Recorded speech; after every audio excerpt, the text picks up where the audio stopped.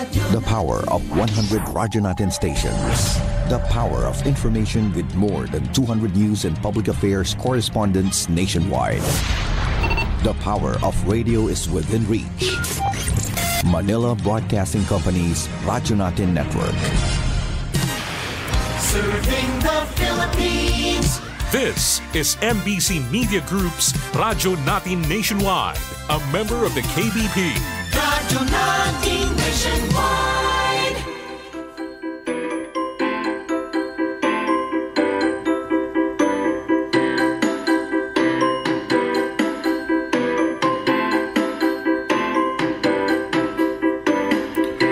Welcome to Himaya sa Diyos, the weekly program of Sunday Mass readings, inspirational homilies by bishops and priests of the Holy Catholic Church from the Diocese of Kansas and the Diocese of the Philippines.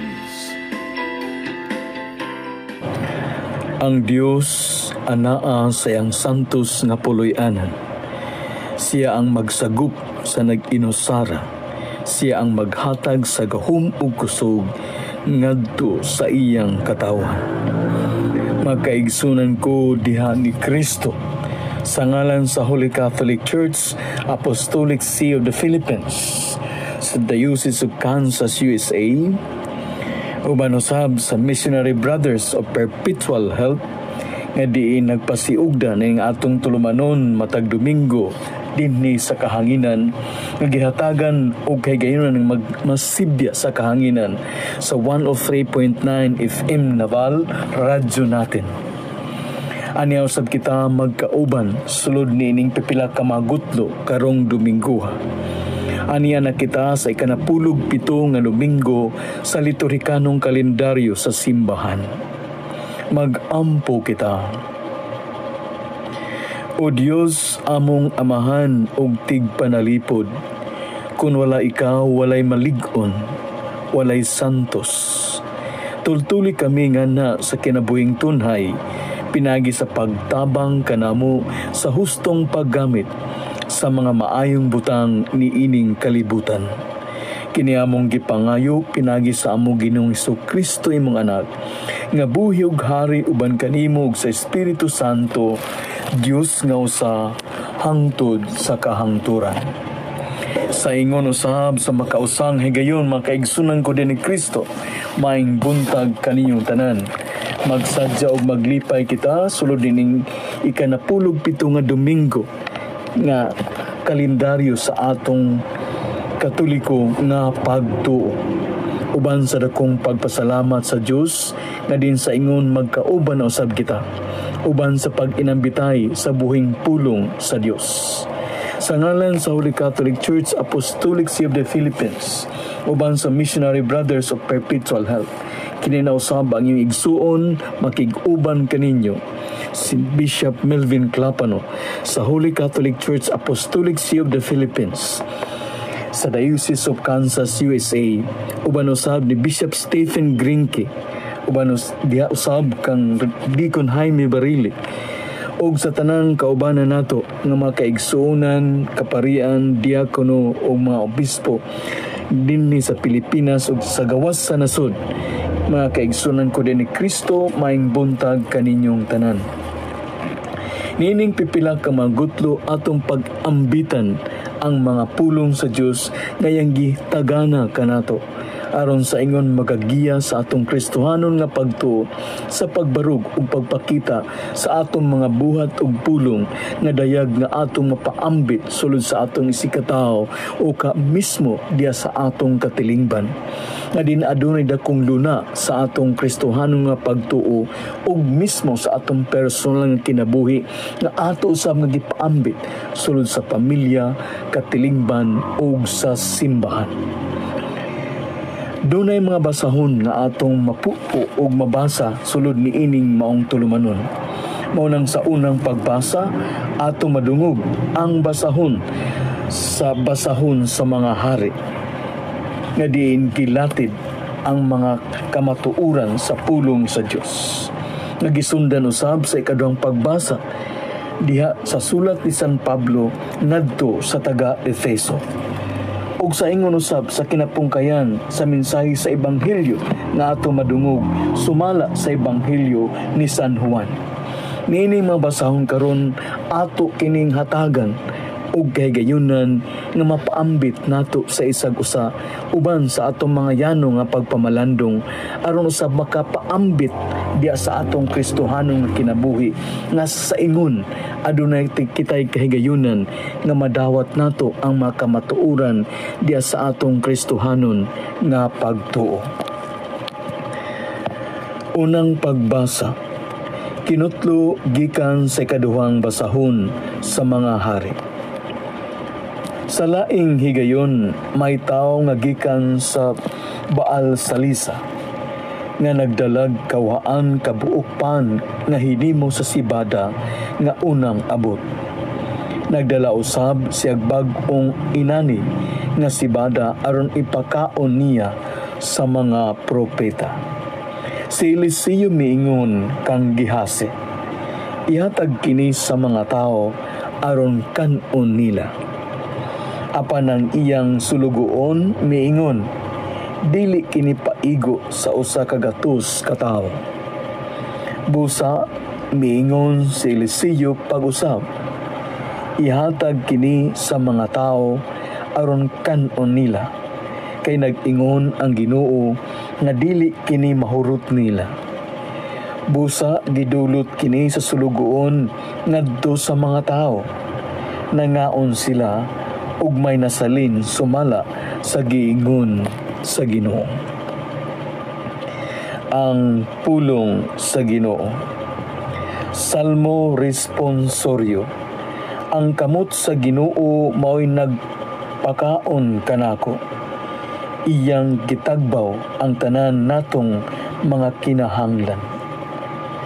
Papasalamata kanimo ang tanan mong mga buhat o Ginoo. O padayga kanimo ang tanan nga nagatuo kanimo. Pasultiha sila bahin sa himaya sa imong gingharian. O pasuginlan sila sa imong gahom. Ang kamot sa Ginoo maoy nagpakaon kanato. Iyang gitagbaw ang tanan natong mga kinahanglan. Ang mata sa tanan nagatan-aw nga malaumon kanimo o gihatagan mo sila sa ilang kalanon sa husto nga panahon. Gibukhad mo ang imong mga kamot o gitagbaw mo ang tinguha sa tanang buhi. Ang kamot sa Ginoo maoy nagpakaon kanato. Iyang gitagbaw ang tanan natong mga kinahanglan. Ang Ginoo matarong diha sa iyang mga buhat. Ang Ginoo haduol sa tanan nga nagasangpit kaniya. Sa tanan nga nagasangpit kaniya diha sa kamatuoran. Ang kamot sa Ginoo maoy nagpakaon kanato. Iyang gitagbaw ang tanan natong mga kinahanglan.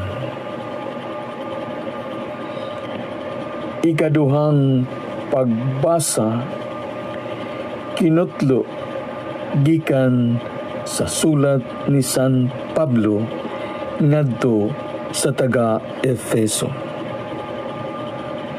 Mga igsuon, ako nga binilanggo tungod kay nag-alagad ako sa Ginoo.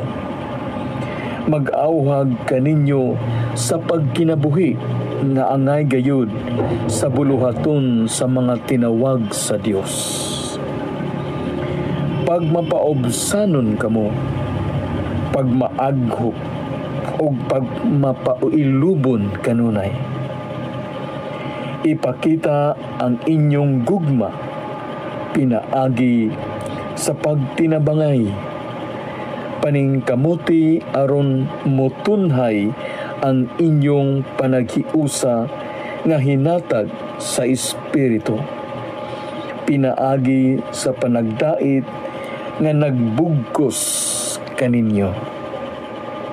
May usa lamang kalawas o usa ka Espiritu, ingon nga may usa lamang kapaglaom alang niini. Gitawag kamo sa Dios. May usa lamang ka Ginoo, usa ka pagtuo ug usa ka bunyag.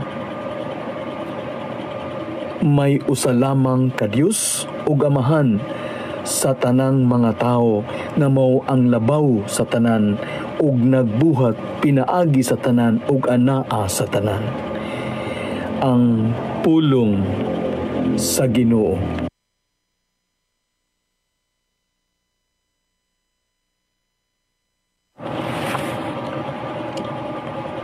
Kay gihigugma pag-ayo sa Dios ang kalibutan, iyang gipadala ang iyang bugtong anak aron ang tanan nga motuo kaniya dili mamatay apan adunay kinabuhing dayon. Ang Ginoo mana kaninyo. Ang santos nga ebanghelyo sumala ni San Juan.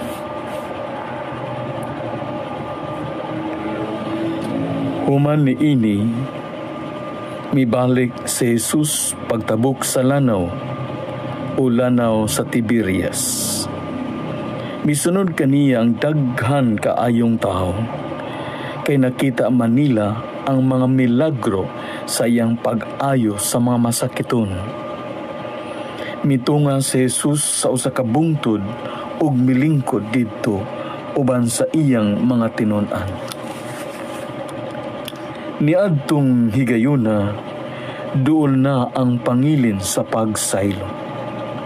Unya mitan-aw si Jesus sa libot niya ug sa pagkakita niya sa daghang mga tao nga nagpaingon kaniya, miingon siya kang Felipe, asa man kita makapalit og igong pagkaon alang ni ining mga tao.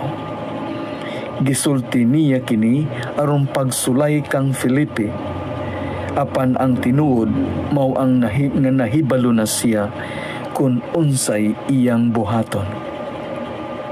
Si Felipe miingon og mitubag, bisag mo palit kitag pan nga balig 2 kagatos ka denaryo, dili paigo nga ipakaon ni ining mga tawhana.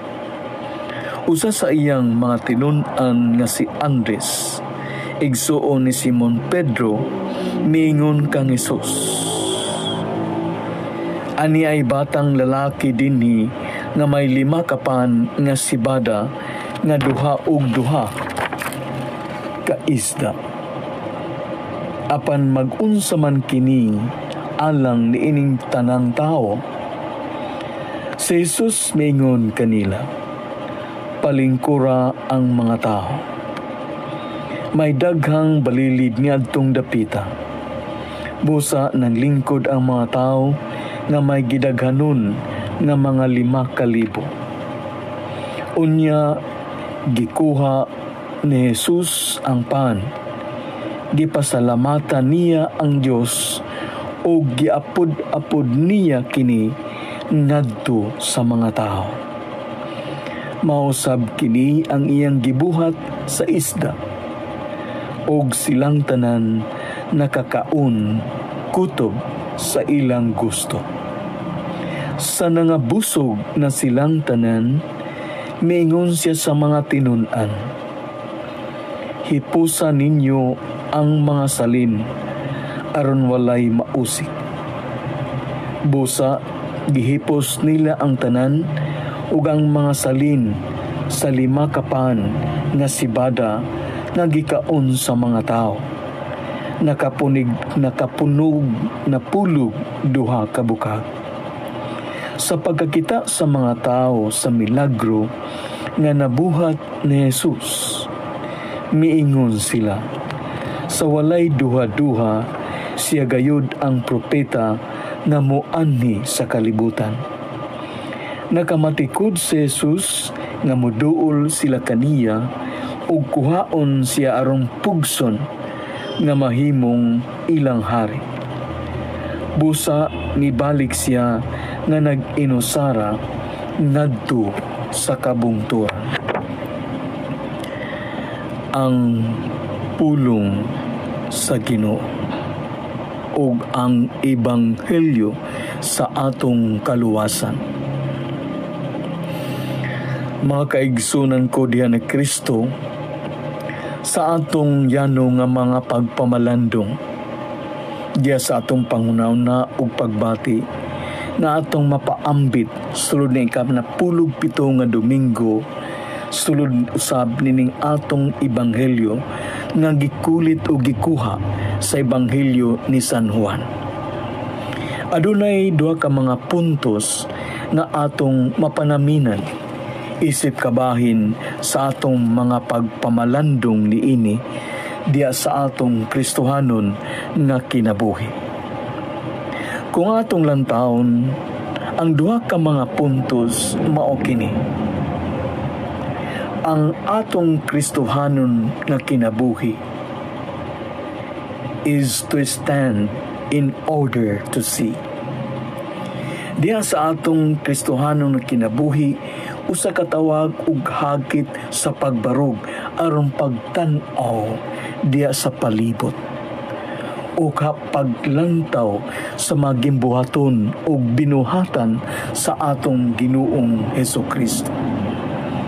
Munang atong maaninaw sulod sa ebanghelyo nga gipadayag ni San Juan ang mga kamatuoran niini. Ang ikaduha nga punto, mga kaigsuonan ko, that our Christian life is a call to sitting down and experience with the Lord. Usa ka hagit o buhat sa atong Kristohanon nga kinabuhi ang paglingkod o pagplastar sa atong kagalingon aron pagsinati sa mga binuhatan sa atong Ginoo. Nga sa ingon ang pagahin og panahon sa pagpamalandong pag-usisa sa unsay binuhatan sa Ginoo sa atong Kristohanon nga kinabuhi. Kung atong hagpaton ang unang mensahe ug ang unang punto sa atong pagpamalandong, nga din ang atong Kristohanon nga kinabuhi usa ka hagit sa pagbarog aron pag-aninaw sa palibot. Manang atong madungog sa ebanghelyo, human niini mibalik si Jesus pagtabok sa lanaw sa Galilea o lanaw sa Tiberias. Misunod kaniya ang daghan kaayong tao kay nakita man nila ang mga milagro sa iyang pag-ayo sa mga masangkiton. Mitunga si Jesus sa usa ka bungtod ug milingkod didto uban sa iyang mga tinun-an. Adunay paglakang, adunay ginbuhaton. There was that mobility of Christ, and that mobility signifies kung giunsa niya paglantaw ang kinabuhi sa mga tao. Mibarog si Jesus at tubangan sa paglantaw kanila. Pinaagi ni anang tuktok nga bungtod na makita niya usab ang katawhan sa Dios. Busa di ay atong maaninaw nga diin sa atong Kristohanon nga kinabuhi, ingon usab unta ni ana ang atong makita. Nga mubarog kita aron mulantaw sa unsay nangahitabo sa atong pamilya ug mismo sa atong kinabuhi o kadya sa katilingban. Ug niini nga pagbarog ug paglantaw makahimo kitag mga aksyon ug lakang sa pagbuhat sa Kristohanon na mga binuhatan ug panglantaw. Ug tungod ni ana sa atong pag-aninaw o paglantaw sa mga panginahanglanon, makakita o makapaambit kita sa mensahe sa gugma, kaluoy, pagtabang diya sa mga panginahanglan sa uban. We could not have that fullness in terms of material things that can sustain in giving everything ngadto sa uban. Apan pinaagi sa yano usab nato nga kahimtang sa kinabuhi, ato kanang mahimo diya ngadto sa pagpaambit sa atong pamilya, katilingban ug mismo diya sa atong simbahan. Busa dayag na lang nga pinaagi sa atong pagbarog ug panglantaw sa kahintang diya sa atong palibot. Kita makahimo og mga binuhatan ni Kristo. Sama kang Kristo, that as He was seeing the experience of people, naluoy siya and He provided them something para sa ilang kinabuhi ug makakaon sila. To provide something for them upon seeing their needs. Sa ingon usab niya na unta ang atong Kristohanon nga kinabuhi. Nga mubarog kita, muaninaw diya sa panginahanglan sa uban aron mapuy-an nato ang Kristohanon nga gawi ug Ang ikaduha nga punto, mga kaigsunan ko, nang atong Kristohanon nga kinabuhi usa ka hagit sa paglingkod, pagplastar aron mosinati sa gimbuhatan o binuhatan sa Dios sa atong Kristohanon nga kinabuhi. Mao nang atong madungog dinhi sa ebanghelyo, si Jesus mingon kanila, palingkura ang mga tao. May daghang balili ni adtong dapita. Busa ng lingkod ang mga tao nga may gidaghanon nga mga 5,000. Unya gikuha ni Jesus ang pan, gipasalamatan niya ang Dios o giapod-apod niya kini ngadto sa mga tao. O pinaagi ni ana sa ilang paglingkod, pagplastar sa ilang kinabuhi sulod ni adtong sitwasyon. God made actions na unsay iyang gihimo ngadto sa mga tao. They experience eating with the providence of God.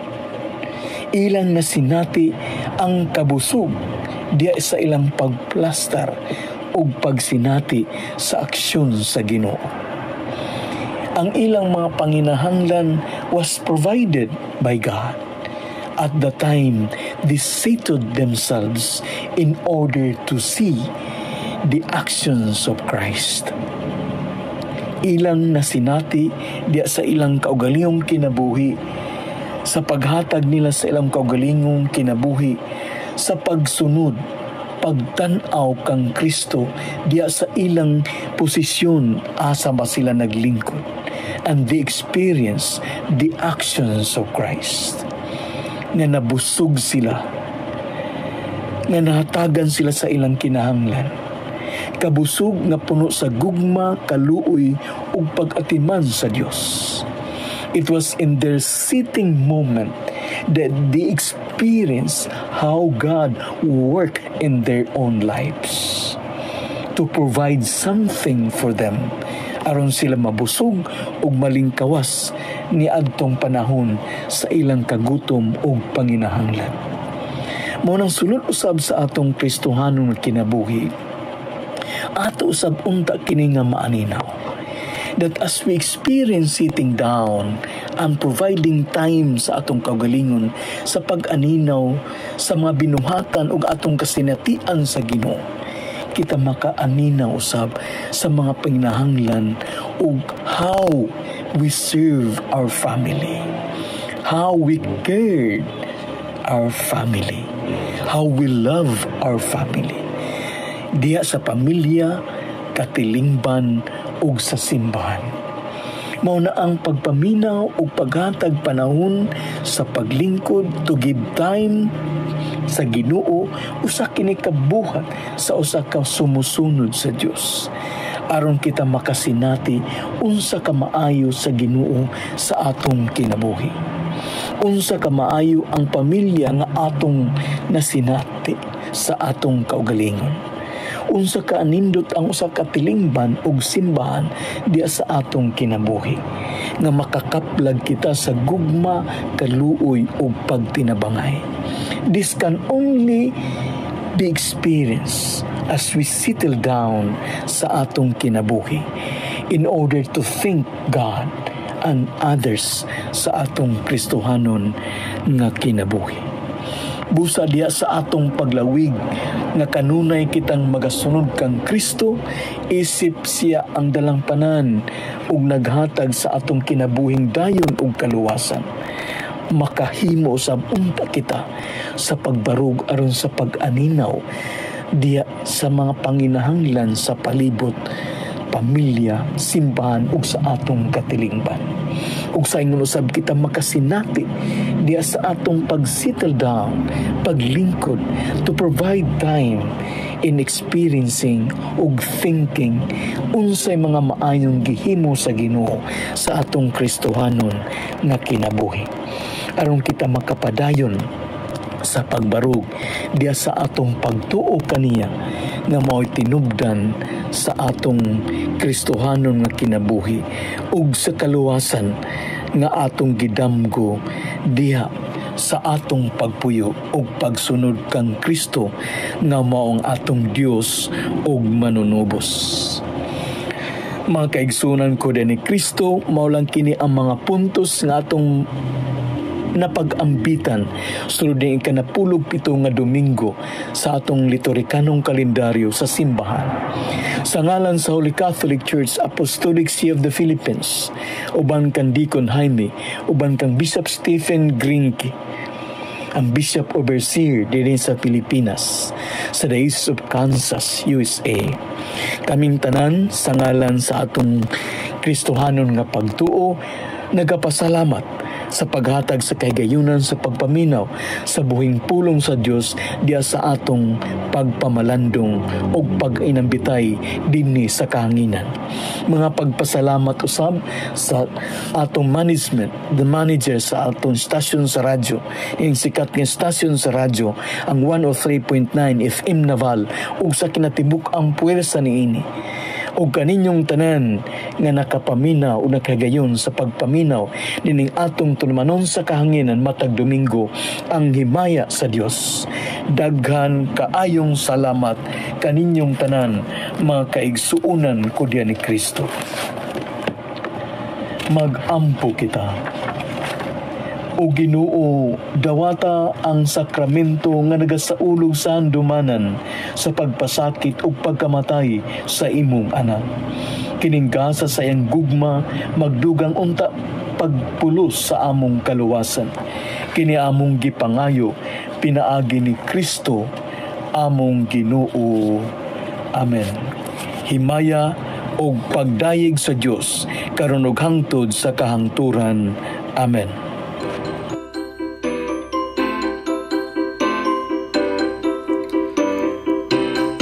This has been Himaya sa Diyos. Our program was sponsored by the Society of the Missionary Brothers Perpetual Help. Our music is furnished by Ben Sound. Join us next week at this time for Himaya sa Diyos. This is Father Steve Granke saying, Ang Ginoo mana kaninyo. God bless you all.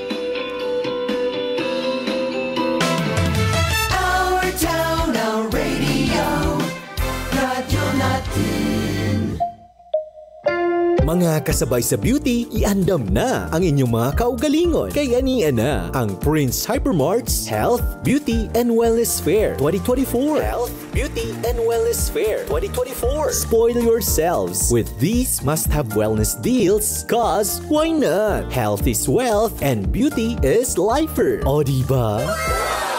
Enjoy up to 30% off on selected items. Buy one take one offers plus exciting giveaways for royalty members await. Bisitaha ang Prince Hypermart branches. Sugod Agosto 9 hangtod Agosto 31 as we celebrate healthier beauty. Sa Prince Hypermart, kasabay mo sa buhay. Per DTI Fair Trade Permit number R7-087 series of 2024. See posters and pred ads for more details. Ako si Angelica De Parine, usa ka lawyer ug blogger. Living life in the corporate and legal world kay challenging gyud. Maunang ang coffee breaks kay importante gyud para sa mga busy people like me. But as someone who has acid reflux, pilian ko sa kape. That's why I choose the low acid MX3 coffee. Kape nga naay vitamin C and calcium. Giibanan pud nako og healthy diet ug exercise. Maong bilib ko sa MX3 coffee, my daily buddy. DTX 500. Ako sa Jubilin, sobra kataas akong blood sugar. 300 kapin, kitistingan ako og inom DTX 500, duha ka kapsul sa isa ka adlaw. Sunod sa isa ka bulan, normal na jud akong blood sugar. 95 na lang. DTX 500. Mabali sa mga butika. DTX 500. Ako dahil si Mario, na ako'y diabetes, 250 akong sugar. Nagtumar ko DTX 500 kaya ang akong ugang nga, kayo yung BP na ayos sa DTX 500. Duha ka kapsul, buntag sa gabi. After 3 weeks lang, 100 na lang akong sugar. Efektibo jud kayong DTX 500. DTX 500. Mabali sa mga butika. Kasangga, saan nga ba mabibili ang Mark Cafe 5-in-1+1 Coffee Mix? Amesco! What about